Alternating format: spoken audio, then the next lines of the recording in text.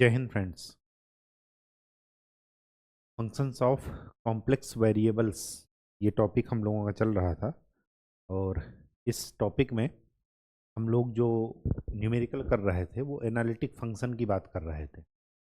Analytic function में आपको मैंने दो चीज़ें बताई, एक तो कार्टीजन सिस्टम जिसमें एक्स वाई जेड होता है और दूसरा पोलर सिस्टम जिसमें आर और थीटा होते हैं। क्योंकि जेड यहाँ पर एक कॉम्प्लेक्स नंबर पहले से है जो कि function of X and Y है, इस वजह से कार्टेशियन सिस्टम में हमेशा एक्स और वाई के रिस्पेक्ट में आपको डिफरेंशिएशन मिलता है।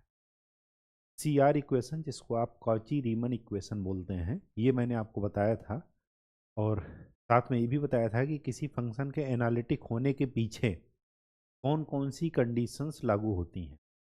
अगर आपको ये देखना है कि कोई फंक्शन एनालिटिक है या नहीं, तो सबसे पहली बात आपको ये ध्यान में रखना है कि सी आर इक्वेशन या ये कहिए कॉची रीमन इक्वेशन वो सेटिस्फाई होनी चाहिए, पहली बात। दूसरी बात, जो उसके टर्म्स हैं del F by del X, या sorry del you by del X, del we by del Y, del you by del Y और del we by del X, ये क्या होने चाहिए? ये कंटिन्यूअस होने चाहिए या ये एग्जिस्ट करने चाहिए। कहने का ये मतलब है कि फंक्शन डिफरेंशिएबल होना चाहिए। और डिफरेंशिएबल के पहले मैंने आपको बताया था लिमिट, फिर कंटिन्यूटी, फिर डिफरेंशिएबिलिटी की बात आती है। लिमिट एग्जिस्ट अगर नहीं करेगी तो कभी भी फंक्शन कंटिन्यूअस नहीं होगा। तो कभी भी अगर आपको एनालिटिक, इसी क्वेश्चन पर हम लोग थे, लास्ट टॉपिक जो हम लोगों ने छोड़ा था जहाँ पर, वो यही था, यही क्वेश्चन था कि F Z is equal to this दिया है और हमें F zero is equal to zero, मतलब जेड की जगह जब जीरो है तो फंक्शन की वैल्यू आ रही जीरो, ये एनालिटिक है या नहीं ये हमें प्रूफ करना है। और मैंने आपको शॉर्टकट के टर्म में क्या बताया था कि जब भी न्यूमरेटर के जो टर्म है और डिनोमिनेटर के जो टर्म है उनकी डिग्री अगर इक्वल नहीं है तो कभी भी फंक्शन एनालिटिक नहीं होगा। ये कंफर्म है एकदम 100%। ठीक है, आप निकाल करके भी देख सकते हैं। क्यों? उसका कारण ये है कि लिमिट एग्जिस्ट नहीं करती, और जब लिमिट एग्जिस्ट नहीं करती तो ना तो फंक्शन कंटिन्यूअस होगा और ना डिफरेंशिएबल होगा। एनालिटिक है फंक्शन, इसका मतलब कि वो कंटिन्यूअस भी है और डिफरेंशिएबल भी है। लेकिन अगर कोई फंक्शन कंटिन्यूअस है, डिफरेंशिएबल है, तो वो एनालिटिक होगा ही होगा, ये जरूरी नहीं है। ये मैंने आपको बता रखा है कंडीशन कि अगर कोई फंक्शन एनालिटिक है, कुछ ऐसे वेन डायग्राम में बनाया था सर्कल करके कि अगर एनालिटिक है तो इसका मतलब वो कंटिन्यूअस भी होगा, डिफरेंशिएबल भी होगा। लेकिन अगर कोई फंक्शन कंटिन्यूअस और डिफरेंशिएबल है तो एनालिटिक हो ये कोई ज़रूरी नहीं है। ठीक, तो चलिए इसी क्वेश्चन के को आगे बढ़ते हैं। इस क्वेश्चन को चेक करके देखते हैं कि ये फंक्शन या ये क्वेश्चन में जो फंक्शन दिया है वो एनालिटिक है या नहीं।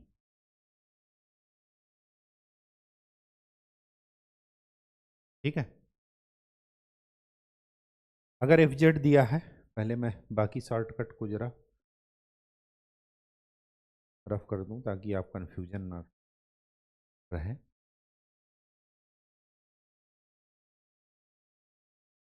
एफ जेड दिया है,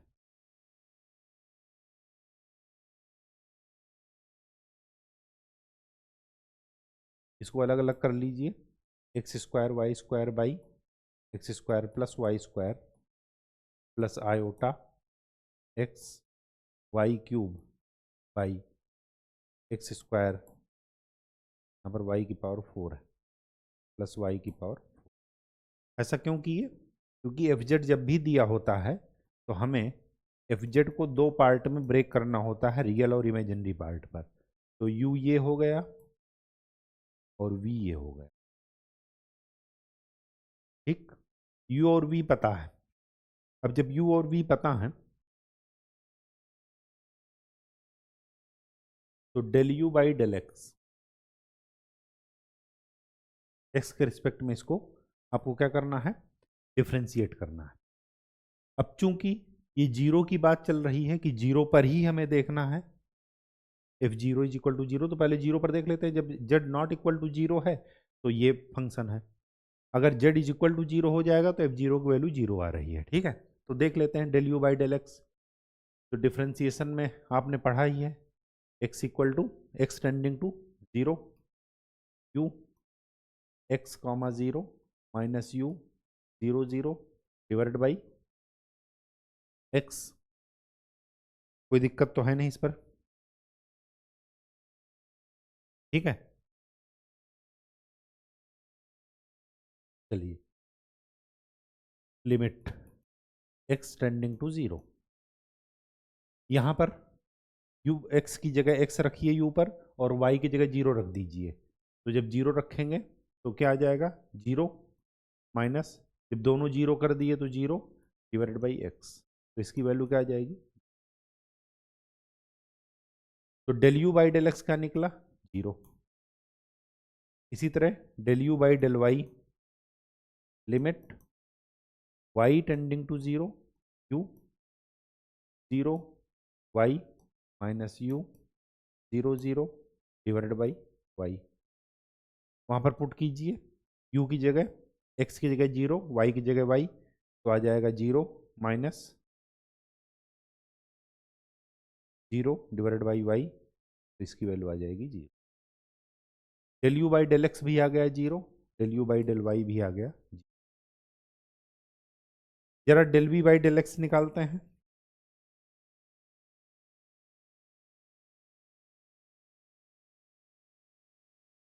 निकालने का तरीका वही है जो भी हमने फॉलो किया, limit x tending to zero, v x की बात चल रही है, v x comma zero minus v zero zero divided by y की, एक्स की जगह एक्स, वाई की जगह जीरो, तो आ जाएगा limit x tending to zero, zero minus zero divided by X, आ जाएगा zero. Del we by del Y, limit Y tending to zero, V zero comma Y minus V zero comma zero divided by Y, तो आ जाएगा limit Y tending to zero, zero minus zero divided by Y का zero. अब देखिए, zero चाहे plus में लिखें चाहे माइनस में लिखें, बात एक ही है। इसका मतलब ये हुआ कि अगर मैं इन चारों टर्म में देखूं तो मेरे पास कंक्लूजन क्या आया, कंक्लूजन ये आया कि del you by del x is equal to del we by del Y, और इन दोनों की वैल्यू क्या है जी। साथ में हमारे पास दूसरा कंक्लूजन ये आया कि del you by del y is equal to minus del we by del x, और इसकी भी वैल्यू क्या है जी। इसका मतलब ये हुआ कि C R equation satisfied.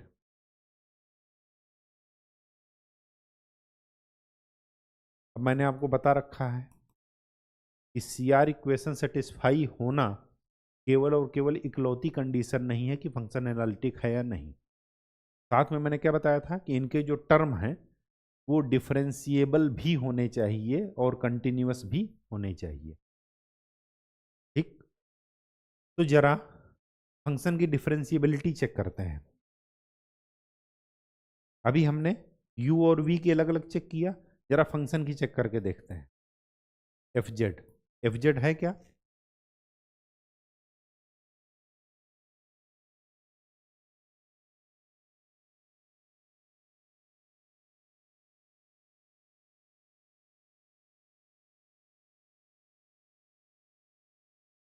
F Z ये है। हमें कहाँ पर डिफरेंशियबिलिटी देखनी है, जीरो पर, एफ डैश जीरो। तो एफ डैश जीरो क्या नहीं मिलेगा, limit Z tending to zero, यहाँ पर जेड ही था, f Z minus F zero divided by z. उससे कोई दिक्कत है नहीं, जैसे यहाँ पर एक्स के रिस्पेक्ट में किए, ठीक। या आप इसको आप ये भी लिख सकते हैं, del F by del Z at Z is equal to zero, ठीक, ये भी लिख सकते हैं, बात वही है। एफ जेड की वैल्यू रखिए,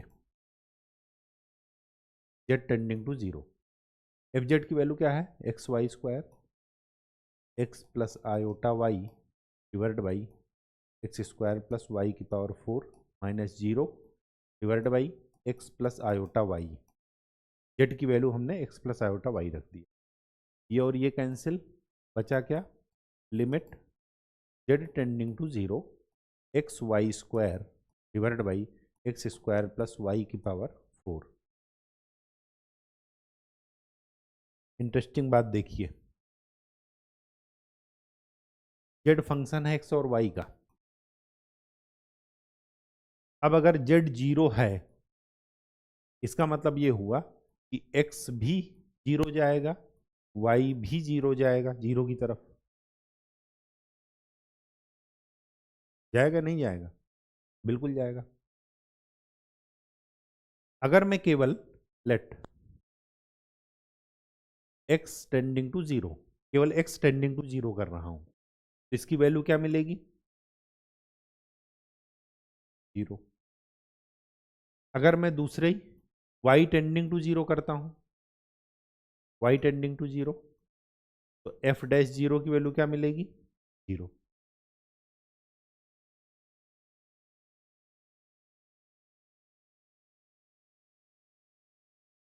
ठीक है, x tending to zero, y tending to zero पर जीरो मिल गया।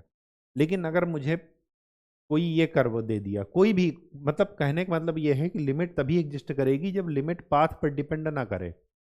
चाहे हम एक्स की तरफ से जाएं तब भी जीरो मिल रहा, वाई की तरफ से जा रहे हैं तब भी जीरो मिल रहा। क्या मैं दूसरे कर्व से जा करके देखता हूं, सपोज मैं लिखता हूं y is equal to m x, मैं इस कर्व से पहुंच रहा हूं कहां पर? जीरो की तरफ। अगर मैं y is equal to m x लिख देता हूं यहां पर, तो मुझे क्या मिलेगा? Limit x tending to zero. क्यों? क्योंकि अब एक्स ही रहेगा, वाई तो एम एक्स के इक्वल हो गया, तो यहाँ पर क्या हो जाएगा? एम एक्स क्यूब, तो सॉरी, हाँ x cube, m square x cube divided by x square plus m की पावर फोर एक्स की पावर फोर। अब जैसे जैसे एम बदलेगा, इस लिमिट की वैल्यू बदल जाएगी। बदलेगी नहीं बदलेगी? बिल्कुल बदलेगी।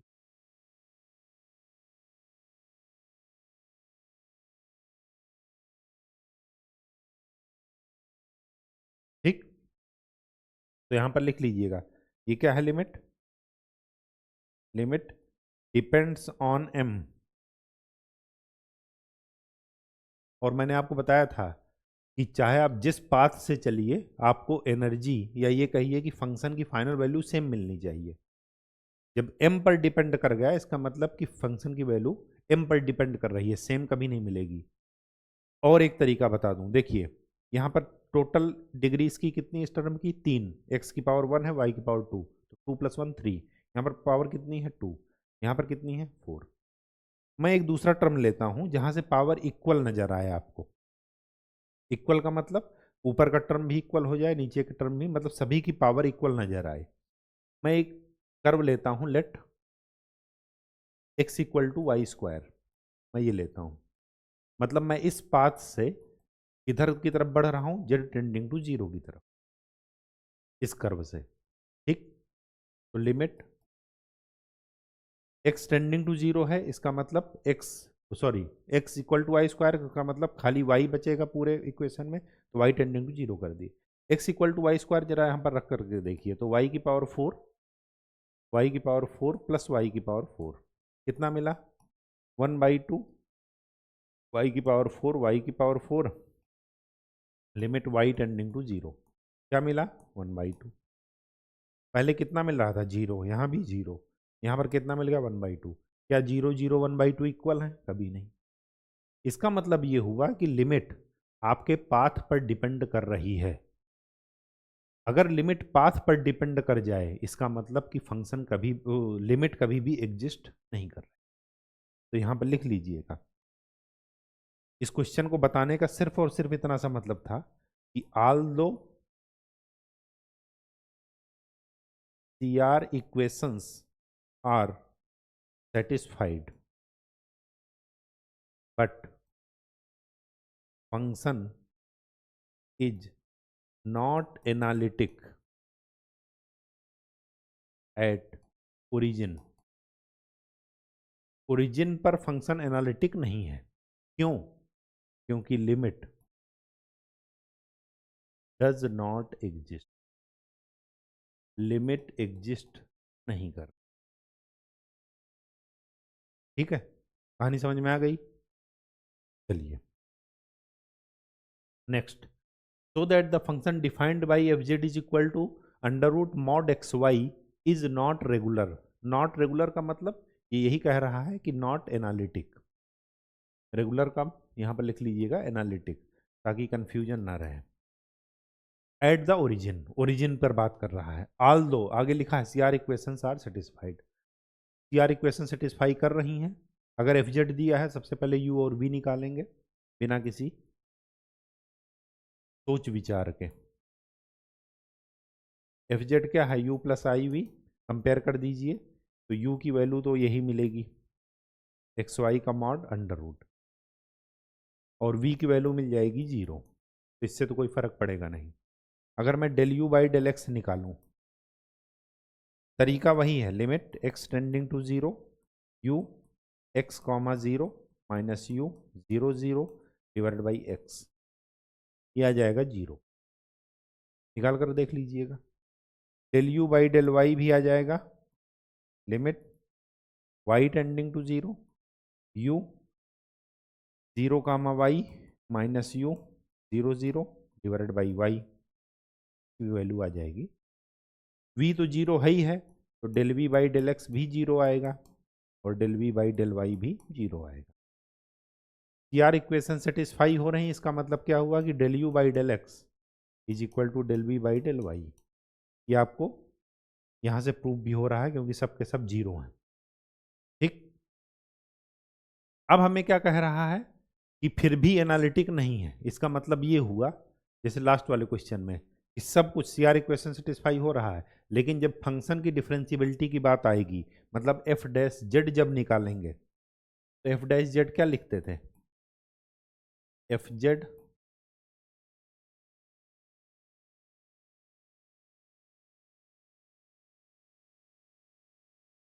Limit del z tend to 0 f z plus del z minus f z divided by del z. यही तो होता है, हमें ओरिजिन पर निकालना है। तो एफ डैश 0 क्या मिलेगा, limit Z tending to 0 f Z minus f 0 divided by z. F Z की वैल्यू क्या है, अंडर रूट एक्स वाई का मॉड माइनस एफ 0 की वैल्यू 0 डिवाइड बाई जेड की value x plus i y. वही तरीका, कोई भी एक फंक्शन ले लीजिए, लेफ्ट मैं लेता हूँ y is equal to m x ले लीजिए, एम एक्स स्क्वायर ले लीजिए, y is equal to x square ले लीजिए, कुछ भी ले सकते हैं, कोई भी कर्व जो आपकी जिसकी मर्जी हो लेना। ठीक है, जनरली लीनियर और पैराबोला लेते हैं ताकि क्वेश्चन सॉल्व करने में आसानी रहे। अगर m पर डिपेंड कर गया, इसका मतलब एनालिटिक नहीं होगा, कन्फर्म है। तो लिमिट x टेंडिंग टू 0, अब y कहाँ चला गया, x की तरफ, तो under root m x square divided by x plus i m x common लेंगे ऊपर से बाहर, तो लिमिट एक्स टेंडिंग टू 0, तो क्या मिला, under root m divided by 1 plus iota m. It depends on m, तो एम की वैल्यू जैसे जैसे चेंज होगी, लिमिट की वैल्यू चेंज होती जाएगी, और जब लिमिट की वैल्यू चेंज होती जाएगी तो क्या फंक्शन एनालिटिक रहेगा, या क्या लिमिट एग्जिस्ट करेगी, नहीं करेगी। यहां पर लिख लीजिएगा, limit is not unique, it depends on m. M लिखिए, कुछ x square y equal to x square लिख देंगे तब भी कुछ कांस्टेंट आ जाएगा। मतलब हर एक रास्ते पर आपको अलग अलग वैल्यू मिलेगी। आप जिस भी पाथ को फॉलो करेंगे, जिस भी कर्व को फॉलो करेंगे, आपको अलग अलग रिजल्ट मिलेगा। और लिमिट में जब भी अलग अलग रिजल्ट आ जाए, इसका मतलब कि लिमिट डज नॉट एग्जिस्ट। ठीक, लिमिट की डिफिनीशन ही यही है कि आप जिस पॉइंट की तरफ अप्रोच करेंगे, वो अप्रोच की जो वैल्यू होगी, जो एफर्ट होगा, जो आपका एंड रिजल्ट आएगा, वो कभी भी आपके द्वारा फॉलो किए गए पाथ पर डिपेंड नहीं करेगा। आप किस पाथ से ए से बी की तरफ मूव कर रहे हैं, वो इस बात पर डिपेंड नहीं करेगा कि आपकी वैल्यू क्या आ रही है। किसी भी पाथ से जाइए वैल्यू सेम आएगी, इसका मतलब कि लिमिट एग्जिस्ट कर रही है। और जब आपकी एनर्जी आपकी वैल्यू पाथ पर डिपेंड करने लगे, इसका मतलब आप डायरेक्ट लिखेंगे लिमिट डज नॉट एग्जिस्ट। यहाँ पर लिख लीजिएगा लिमिट डज नॉट एग्जिस्ट। और जब भी लिमिट एग्जिस्ट नहीं करेगी तो कभी भी फंक्शन एनालिटिक नहीं होगा। Hence function is not analytic. ठीक, कहानी समझ में आ गई?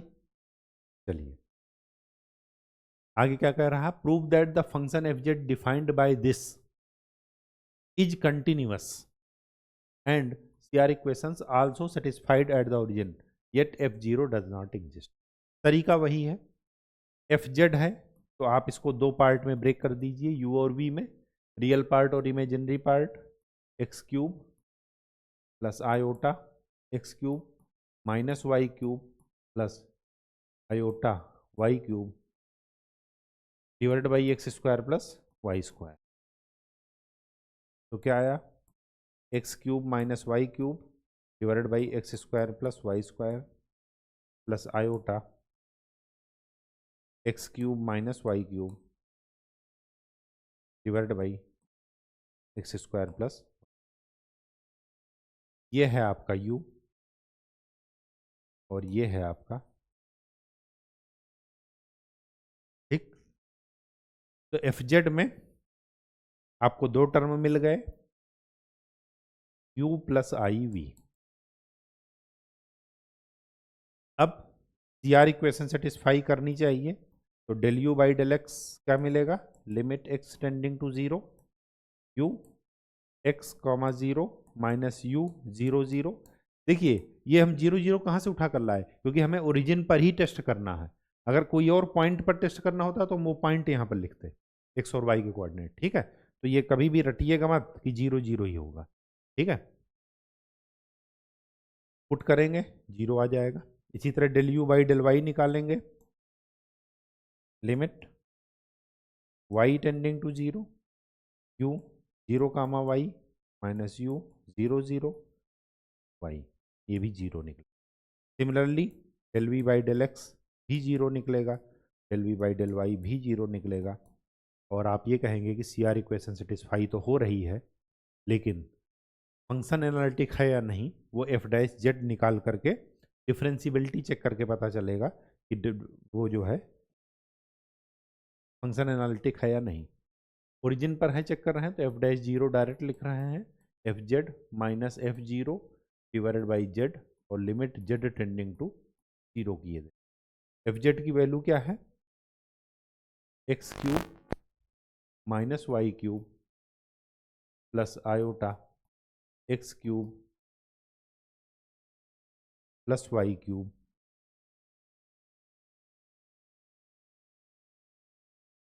Divided by x square plus Y square minus zero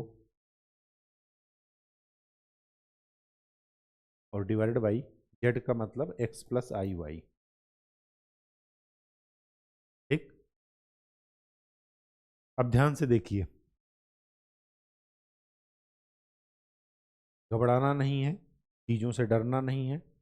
limit Z tending to zero, ये क्या लिखा है, x cube minus Y cube plus iota x cube plus Y cube divided by x plus iota y into x square plus Y square. कोई भी random put कर दीजिए, suppose let y is equal to क्या put कर दें, y is equal to two x ही put कर दीजिए, एक्स स्क्वायर ही पुट कर लीजिए, कोई दिक्कत नहीं है, जो आपकी मर्जी हो पुट कर लीजिए। तो लिमिट वाई अब एक्स में चला गया तो केवल एक्स बचा, X tending to zero, X cube minus x की power six plus iota x cube plus X की power six divide by x plus iota x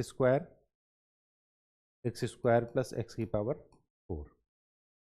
limit x tending to zero, X cube common ले लीजिए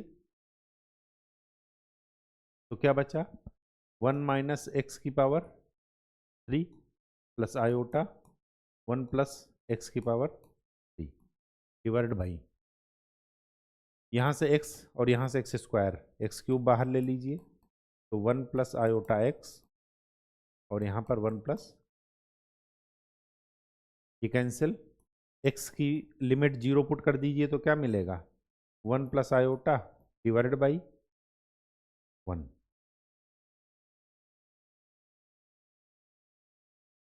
अब अगर मैं इस curve के अलावा कोई दूसरा कर्व लेता हूं, सपोज मैं y is equal to x लेता हूं,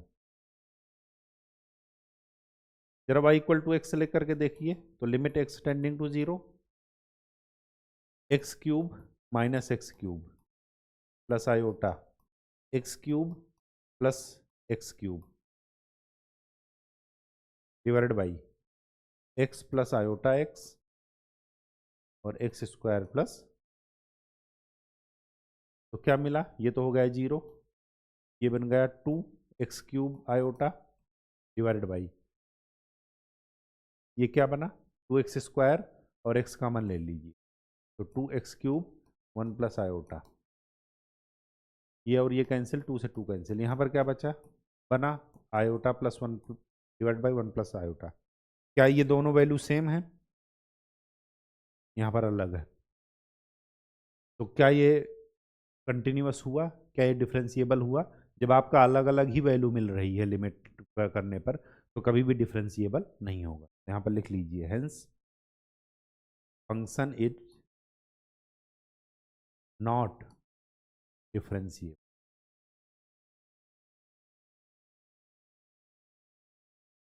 ठीक है, मैंने आपको बताया था ना सीआर इक्वेशन पढ़ाते समय, एनालिटिक फंक्शन पढ़ाते समय कि सीआर इक्वेशन सेटिस्फाई होना ये कोई गारंटी नहीं कि फंक्शन एनालिटिक है या नहीं, ये आपको यहाँ पर 2-3 क्वेश्चन से दिखाई पड़ रहा है। सीआर इक्वेशन भी सेटिस्फाई हो रही है लेकिन लिमिट ही एग्जिस्ट नहीं कर रही है तो फंक्शन डिफरेंशिएबल ही नहीं है। ठीक है, तो एनालिटिक कैसे होगा,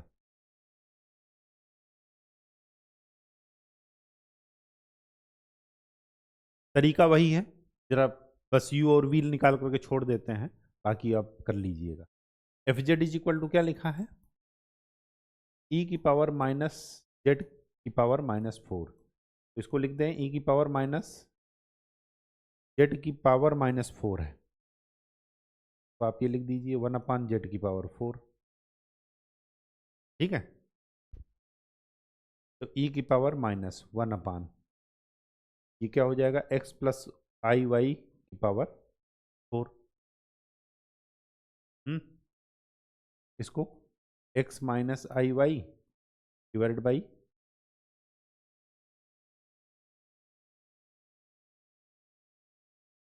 रेशनलाइजेशन कर दीजिए तो क्या मिला e की पावर माइनस x माइनस आई वाई की power 4 divided by a plus b a minus b, a square minus B square,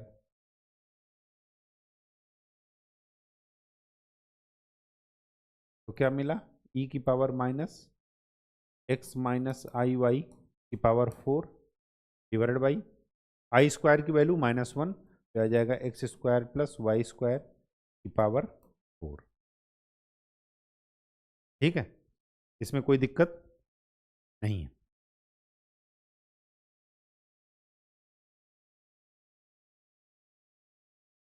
ठीक है, चलिए x माइनस आई वाई की पावर 4, इसको आप ऐसे लिख दीजिए स्क्वायर का whole square, A square minus B square क्या होता है A square plus B square minus 2ab,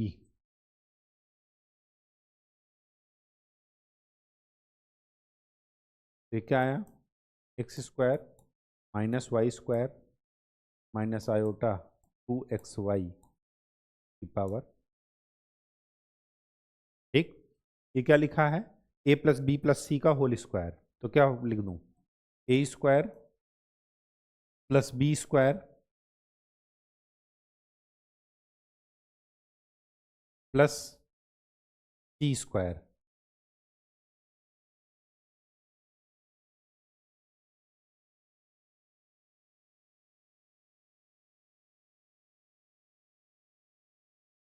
ठीक, +2ab +2bc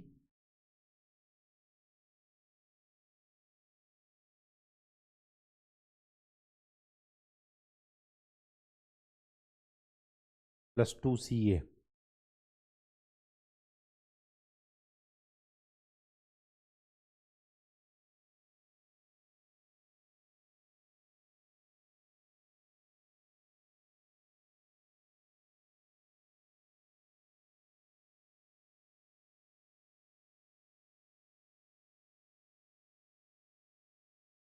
ठीक, आई स्क्वायर की वैल्यू -1 होती है, एक्स की पावर 4 प्लस वाई की power 4 minus 4 x square Y square -2 x square Y square plus iota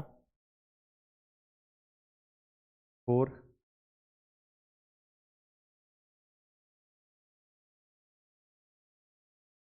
x y common ले लीजिए, तो वाई स्क्वायर माइनस से क्या आया, ये वैल्यू पुट कर दीजिए तो आ गया ई की पावर माइनस एक्स की पावर 4 प्लस वाई की power 4 -6 x square Y square minus वो plus iota 4xy X Y square minus X square divided by x square plus Y square की power 4। कोई दिक्कत? कोई दिक्कत नहीं, ये आया ये। ठीक है,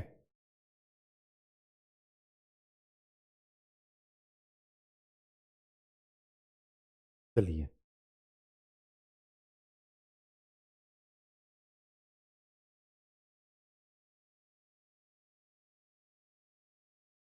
ये ई की पावर ये आया, ये एफ जेड है। अब मैं इसको रियल पार्ट अलग कर रहा हूँ, इमेजिनरी पार्ट अलग कर रहा हूँ। इसको मैं लिख रहा हूँ ई की पावर माइनस एक्स की पावर 4 प्लस वाई की power 4 -6 x square Y square divided by x square plus Y square की पावर 4 इंटू ई की power iota 4xy Y square minus x. इसमें तो कोई दिक्कत है नहीं। अब ई की पावर आयोटा थीटा क्या होता है, cos theta plus iota sine theta, यही होता है। ये वैल्यू, ये वाला फार्मूला यहाँ पर अप्लाई कर दीजिए, तो यहाँ पर एफ जेड क्या मिला, ई की पावर माइनस एक्स की पावर 4 प्लस वाई की power 4 -6 x square Y square divided by x square plus Y square की पावर 4। ठीक, इंटू इंटू यहाँ पर आएगा, ई के साथ में है, ऊपर में नहीं आएगा, पावर में नहीं आएगा, cos 4xy Y square minus X square plus iota sine 4xy Y square minus. अब क्या आया, अब आ गया F Z is equal to E की पावर माइनस एक्स की पावर 4 प्लस वाई की power 4 -6 x square Y square divided by x square plus Y square की power 4 cos 4xy Y square minus X square plus iota